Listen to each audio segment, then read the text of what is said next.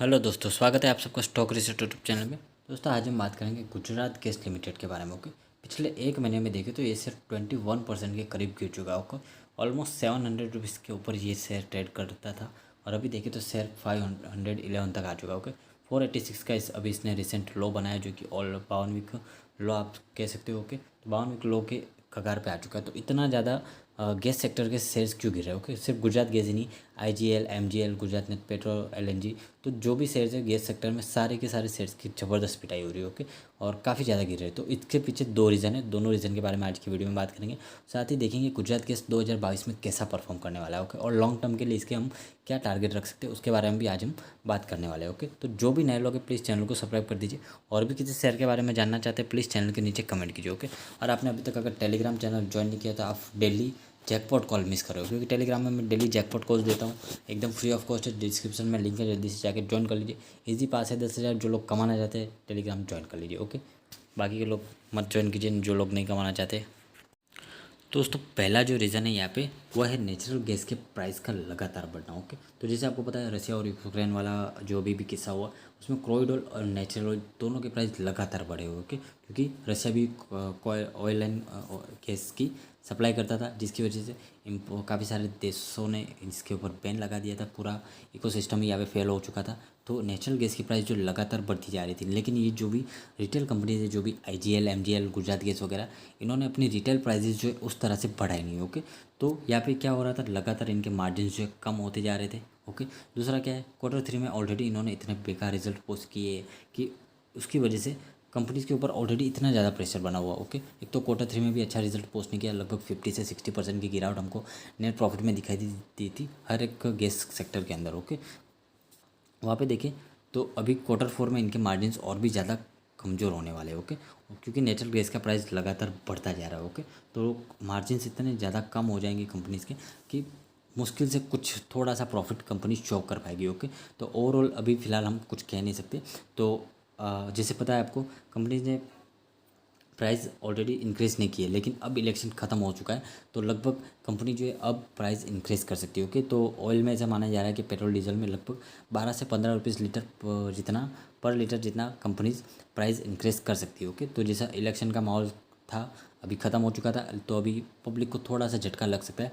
Okay, CNG और LPG में भी रेट बढ़ने वाला है, तो उसके लिए तैयार रहिए। तो हो सकता है कि ये रेट बढ़ने की वजह से कुछ दिनों तक ऑयल एंड गैस सेक्टर के अंदर हमको अच्छी खासी तेज़ी दिखने को मिल सकती है। और ऐसे में अगर आपको इस सेक्टर के किसी भी शेयर में आप फंसे हुए, आईजीएल, एमजीएल या एचपीसीएल, बीपीसीएल, तो उसमें से अगर आप बाहर निकलने की कोशिश कर सकते हो तो प्लीज़ निकल जाइए, क्योंकि 2022 जो है इन सेक्टर के लिए काफ़ी ज़्यादा मुश्किल जाने वाला है। ओके, तो कमोडिटीज़ के प्राइस लगातार बढ़ते जा रहे हैं, जिसकी वजह से इनका मार्जिन ऑलरेडी काफ़ी ज़्यादा बुरा इफेक्ट पड़ रहा है मार्जिन के ऊपर। ओके, तो ऐसे में अगर आपको निकलने का मौका मिले, आपका एवरेज प्राइस आ जाए तो निकल जाइए, क्योंकि दो रीज़न, एक तो नेचुरल गैस के प्राइस बढ़ रहे हैं लेकिन कंपनी अपना प्राइस नहीं बढ़ा पा रही, जिसकी वजह से मार्जिन ऑलरेडी काफ़ी ज़्यादा प्रेशर में। ओके, मार्जिन का प्रेशर है, साथ ही Q3 का रिजल्ट जो कि पिछली बार अच्छा नहीं पोस्ट कर पाए, तो इस बार जब Q4 का रिजल्ट आएगा तो वहाँ पे अच्छी खासी पिटाई हो सकती है इन सारे शेयर्स की। ओके, तो हमारे जो भी रिटेल भाई है वो समझ लीजिए, गैस सेक्टर और ऑयल सेक्टर 2022 में परफॉर्म नहीं करने वाला है। ओके, अगर करेगा भी तो जैसे गुजरात गैस की हम बात करें तो 500 से 700 के बीच में ये ट्रेड का एक रेंज में रह सकता है। बीच बीच में अच्छी न्यूज़ आएगी तो शेयर ऊपर जाएगा, वहाँ पे एवरेज बिल्कुल भी करने की कोशिश मत करना। ओके, जो भी रिटेल भाई है यहाँ पे खास करके रिटेल भाई ही फंसते हैं। ओके, एफआईआई कब माल बेच के निकल जाए हमको पता भी नहीं चलता। ओके, और ऑलरेडी देखे तो गुजरात गैस में एफआईआई पहले 12% होल्ड करके बैठे थे, अभी 7% के पास आ चुके हैं। उसमें ये भी दिसंबर के डेटा के हिसाब से, अभी मार्च महीने में जो एफआईआई ने बिकवाली की उसके अंदर उसका अभी लेटेस्ट शेयर होल्डिंग पैटर्न आया नहीं है, तो वो जब आएगा तब हमें पता चलेगा। ओके, तो जैसा मैंने कहा 2022 गैस सेक्टर और ऑयल सेक्टर के लिए काफ़ी ज़्यादा मुश्किल जाने वाला है, और एक बार अगर शेयर नीचे आना शुरू हो गया तो फिर उसको ऊपर ले जाना बहुत ज़्यादा मुश्किल हो गया। तो फिर काफ़ी बड़ी गुड न्यूज़ चाहिए या कंपनी कुछ ज़्यादा ही आउट परफॉर्म कर दे तो फिर यहाँ पे बात अलग है, वरना मार्जिन्स की वजह से यहाँ पे इनका नेट प्रॉफिट इस क्वार्टर में तो काफ़ी ज़्यादा कम आ सकता है। ओके, अब देख लेते हैं आगे और क्या दिखाई दे रहा है। दोस्तों जैसा मैंने कहा Q3 में कंपनी का रिजल्ट अच्छा नहीं आया, तो सितंबर और दिसंबर का क्वार्टर ऑन क्वार्टर बेसिस पे देखें तो नेट सेल्स तो यहाँ पे अच्छी खासी 42% की ग्रोथ के साथ बढ़ी थी, लेकिन नेट प्रॉफिट जो यहाँ पे उस तरह से बढ़ नहीं पाया। 245 करोड़ का नेट प्रॉफिट सितंबर के क्वार्टर में था, जो कि दिसंबर में कम होकर 123 करोड़ चुका। 50% की गिरावट आप देख सकते हो। क्यों? क्योंकि मार्जिन कम हो गए। देख सकते हो मार्जिन 7% से गिरे।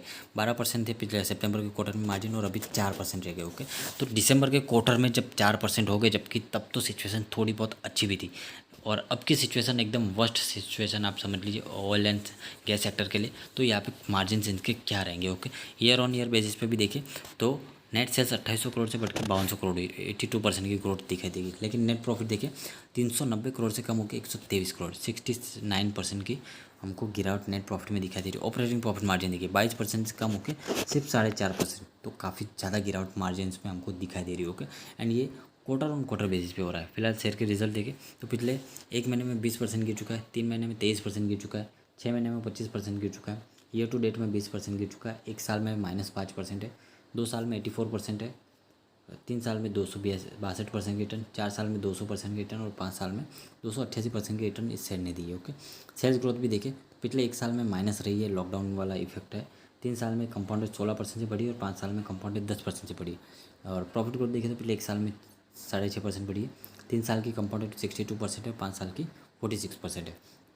रिटर्न ऑन इक्विटी और रिटर्न ऑन कैपिटल एम्प्लॉय दोनों ही काफ़ी ज़्यादा एक्सेलेंट है। ओके, 25 से 30% मेंटेन करके रखा है कंपनी ने, कंपाउंडेड काफ़ी ज़्यादा बढ़िया। ओके, लेकिन क्वार्टरली रिजल्ट आप देखिए कंटिन्यूसली इनकी क्वार्टरली सेल्स जो है बढ़ती जा रही, जो कि एक गुड चीज़ है। ओके, लेकिन इनका नेट प्रॉफिट जो है उस तरह से बढ़ नहीं पा रहा। क्यों? क्योंकि मार्जिन का प्रेशर। ओके, कमोडिटी सेक्टर काफ़ी ज़्यादा वॉलेटाइल रहता है, कभी भी क्रूड ऑयल के प्राइस और नेचुरल गैस के प्राइस बढ़ने पे सीधा इम्पैक्ट पूरे सेक्टर पे होता है। ओके, तो नेट प्रॉफिट देखें तो लगातार यहाँ पे कम होता जा रहा है। ओके, एंड अभी जो मार्च का क्वार्टर का रिजल्ट आएगा तो आई होप वो अभी लॉस बुक ना करे। काफ़ी सारी कंपनीज लॉस बुक भी कर सकती है, क्योंकि वो सही तरह से मैनेज नहीं कर पाती। ओके, ईयरली बेसिस पे देखें तो कंपनी का रेवेन्यू 2017 में 5,000 करोड़ था, जो कि 2020 में 10,000 के भी ऊपर चला गया था, और मार्च में 2 महीने लॉकडाउन की वजह से यहाँ पे हमको गिरावट दिखाई दे रही।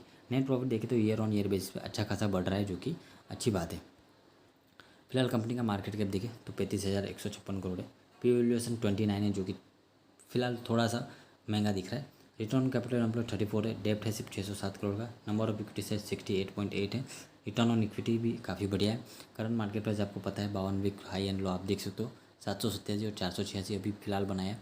फेस वैल्यू है 2 रुपये की, और डिविडेंड भी 0.40% काफ़ी कम है। ओके, प्रमोटर के पास देखिए तो प्रमोटर्स 61% होल्ड करके बैठे। जैसा मैंने कहा एफ पहले देखिए 12.80 होल्ड करते थे, अभी 7.72%। Okay, quarter on quarter basis पे एफ माल बेच के निकल रहे। ओके, डी थोड़ी सी पोजीशन यहाँ पे बना रहे, क्योंकि मार्केट में अगर एफ माल बेच के निकलेंगे तो डी को तो थोड़ा बहुत कवर अप करना पड़ेगा। ओके, तो अभी जो रिसेंट गिरावट हुई उसमें भी डी ने काफ़ी बढ़िया जोर लगाया, वरना मार्केट को डूबने से कोई नहीं बचा सकता। यहाँ पे डी ने हर दिन 4 से 5,000 करोड़ की बाइंग की है, जो कि काफ़ी अच्छी बात है। ओके, एफ माल बेच रहे थे, लेकिन इस बार जो हमारे रिटेल भाइयों ने और डी ने मार्केट को क्रैश होने से बचा लिया। ओके, थोड़ी सी गिरावट आई, लेकिन ओवरऑल मार्केट को काफ़ी बड़ा सपोर्ट मिला है डी का और रिटेल भाइयों का। ओके, तो नेचुरल गैस का प्राइस और Q3 का रिजल्ट ऑलरेडी गैस सेक्टर के लिए एक काफ़ी बड़ा खतरा बन चुका था। ओके, एंड Q4 का जब रिजल्ट आएगा तो उस पर ध्यान बनाए रखिए। तो अभी जो भी प्राइस इंक्रीज होगी गैस के अंदर, तो उससे थोड़ा सा एक छोटा सा स्पाइक जरूर आ सकता है प्राइस के अंदर, सारी की सारी गैस कंपनीज़ के अंदर, लेकिन उसको आप तेज़ी मत समझना। ओके, प्राइस में हमको मूवमेंट दिखेगा, लेकिन उसको आप तेज़ी मत समझना, क्योंकि बीच बीच में ऐसे स्पाइक आते रहेंगे, लेकिन आपको फंसाने के लिए। ओके, तो दोस्तों वीडियो पसंद आए लाइक कर दीजिए, चैनल पे पहली बार है प्लीज़ सब्सक्राइब कर दीजिए।